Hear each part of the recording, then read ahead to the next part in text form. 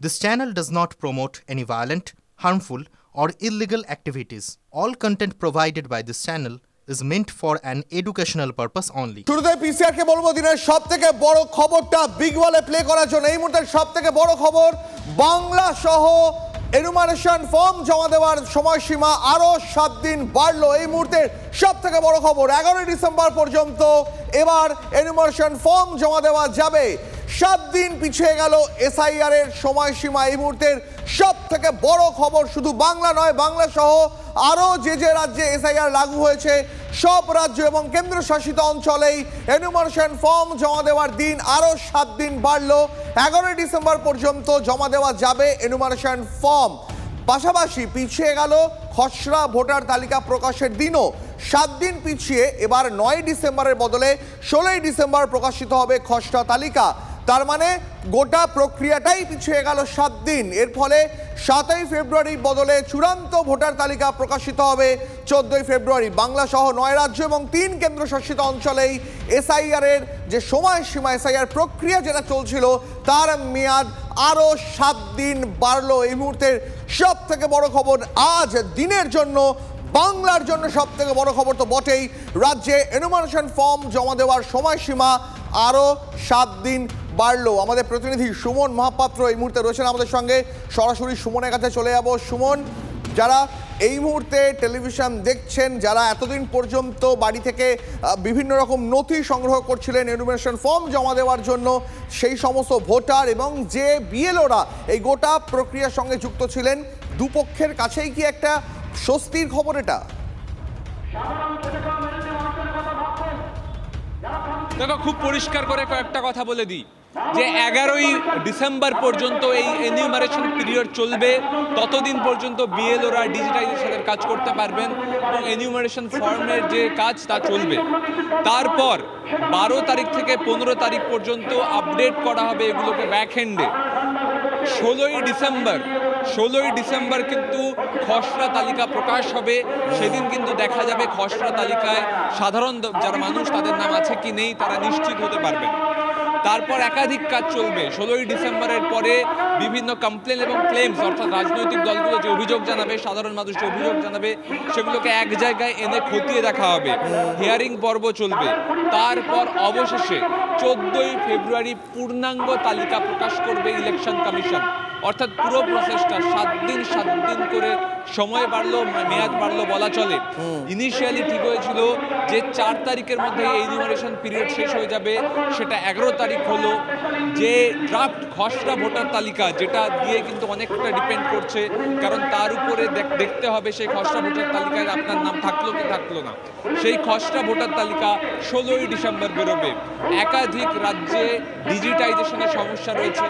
আমাদের রাজ্যে 88% ডিজিটাইজেশন হয়েছে এবং এই ডিজিটাইজেশন কমপ্লিট না হলে কিন্তু খসড়া ভোটার লিস্ট প্রকাশ করা যাবে না। কেরলে অসুবিধা রয়েছে। সেই জায়গায় সবকটা রাজ্যকে মান্যতা দিয়ে সুপ্রিম কোর্টের প্রসিডিংসকে মাথায় রেখে ইলেকশন কমিশন পুরো প্রসেসটাকে 7 দিন এক্সটেন্ড করলো। দ্বীপ, একেবারে তাই। সুমন, আমাদের সঙ্গে থাকো। বিএলওরা যারা এই এসআইআর এর কাজের সঙ্গে যুক্ত, তাদের কি প্রতিক্রিয়া? এনুমারেশন ফর্ম জমা দেওয়ার সময়সীমা আরো 7 দিন বাড়ায়, শোনাবো আপনাদের। আমার কাছে একেবারে স্বস্তিজনক নয়। ওনারা কিছুটা নত হয়েছেন, আমাদের কিছুটা প্রাথমিক তো জয় হয়েছে। ওনারা আজকে নত হয়েই 7 দিন বাড়াতে ওনারা বাধ্য হয়েছেন। কিন্তু এখানে কোনো প্রশিক্ষণ নেই। এখানে উপযুক্ত প্রশিক্ষণের মাধ্যমে সময়টাকে আরও বাড়াতে হবে। 2 বছরের একটা প্রজেক্ট, সেই প্রজেক্টটাকে 1 মাস করুক আর 1 মাস 7 দিন করুক, আমাদের কাছে কিছুই ম্যাটার করে না। এটা হয়তো আমাদের আন্দোলনের একটা আংশিক সফলতা বা আংশিক জয় বলে আমি মনে করছি। কিন্তু আমাদের এসআইআর কমপ্লিট করার জন্য 1 মাস 7 দিনটাও সাফিসিয়েন্ট। নির্বাচন কমিশনকে আমরা এটুকুই বলবো, আপনারা যেইভাবে চালাচ্ছেন, কার আন্ডারে চালাচ্ছেন, সেটাকে আমরা কাম্য মনে করছি না। আপনারা আরও আমাদেরকে সময় দিন। রাজ্যে এনুমারেশন ফর্ম জমা দেওয়ার সময় আরো 7 দিন বাড়ানো হলো কমিশনের তরফে। 11 ডিসেম্বর পর্যন্ত এবার এনুমারেশন ফর্ম জমা দেওয়া যাবে। 7 দিন পিছিয়ে গেল খসড়া ভোটার তালিকা প্রকাশের দিনক্ষণ, যার ফলে এবার 9 ডিসেম্বরের পরিবর্তে 16 ডিসেম্বর খসড়া তালিকা কমিশন প্রকাশ করবে। এর পাশাপাশি চূড়ান্ত ভোটার তালিকা প্রকাশের দিনও 7 দিন পিছিয়ে গেল। 7ই ফেব্রুয়ারি বদলে 14ই ফেব্রুয়ারি চূড়ান্ত ভোটার তালিকা প্রকাশিত হবে। আমরা কথা বলেছিলাম তৃণমূল কংগ্রেসের রাজ্য সহ সভাপতি জয়প্রকাশ মজুমদারের সঙ্গে এসআইআর এর যে প্রক্রিয়া, তার মেয়াদ, তার সময়সীমা আরও 7 দিন বাড়ার পর তৃণমূলের কি প্রতিক্রিয়া শোনাবো আপনাদের, পাশাপাশি শোনাবো বিজেপির কেন্দ্রীয় প্রতিমন্ত্রী সুকান্ত মজুমদার তার বক্তব্য। এটার মধ্যে তো জয় পরাজয় নেই, সুরাহা কিংবা কঠিন এটাও নেই। সব থেকে বড় কথা হচ্ছে গণতন্ত্রের জন্য একটা কাজ করা, মানুষের সুবিধার জন্য কাজ করা, মানুষের অধিকার রাখার কাজ। ভারতবর্ষের সব থেকে বড় ঐশ্বর্য হচ্ছে ভারতবর্ষের গণতন্ত্র, আর সেই গণতন্ত্র রক্ষার দায়িত্ব এই নির্বাচন কমিশনের। সেই নির্বাচন কমিশন বিজেপির কথায় উঠছে বসছে, নিজেদের নিরপেক্ষতা নষ্ট করে দিয়ে বিজেপির কথাতে এমন একটা নির্ঘণ্ট করলো যে নির্ঘণ্ট নিজেরাই রাখতে পারছে না।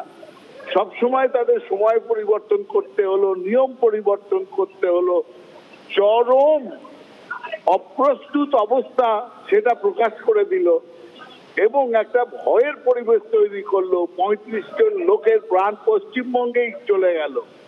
এই পরিস্থিতির জন্য কে দায়ী এটা প্রথম দেখা উচিত। আজকে 7 দিন করে সময় বাড়িয়েছে, এই 7 দিনটাই যে যথেষ্ট সেটাই বা নির্বাচন কমিশন বুঝলেন কি করে? 7 দিনটা কেন 7 মাস নয়?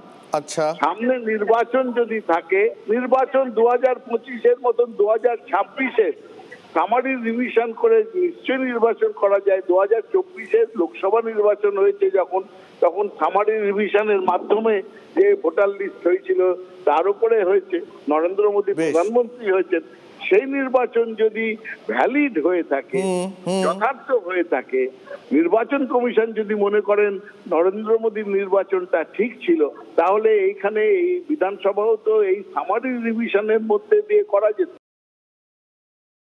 মমতা বন্দ্যোপাধ্যায় বলেছিলেন যে 2 বছর টাইম লাগে এসআইআর করতে, তো 2 বছর টাইম দেওয়া উচিত। আমরাও তো চাইছিলাম মমতা বন্দ্যোপাধ্যায়ের কথা মেনে 2 বছর করে দেওয়া হোক এবং রাষ্ট্রপতি শাসন জারি করে যতদিন পর্যন্ত মমতা বন্দ্যোপাধ্যায়ের টেনিওর আছে ততদিন পর্যন্ত উনি মুখ্যমন্ত্রী থাকতেন, আর ওনার টেনিওর শেষ হয়ে যাওয়ার পর রাষ্ট্রপতি শাসন জারি করে এসআইআর ভোট যা করানো হতো। আমরাও তো সেই দাবি করছিলাম, আমাদের তো কোনো অসুবিধা ছিল না।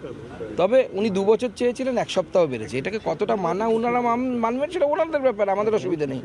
এভাবে আরও বাড়তে পারে সময়, ইসি ঠিক করবে, অসুবিধা নেই। পিসি ঠিক করবে না, পিসির বিদায় হবে।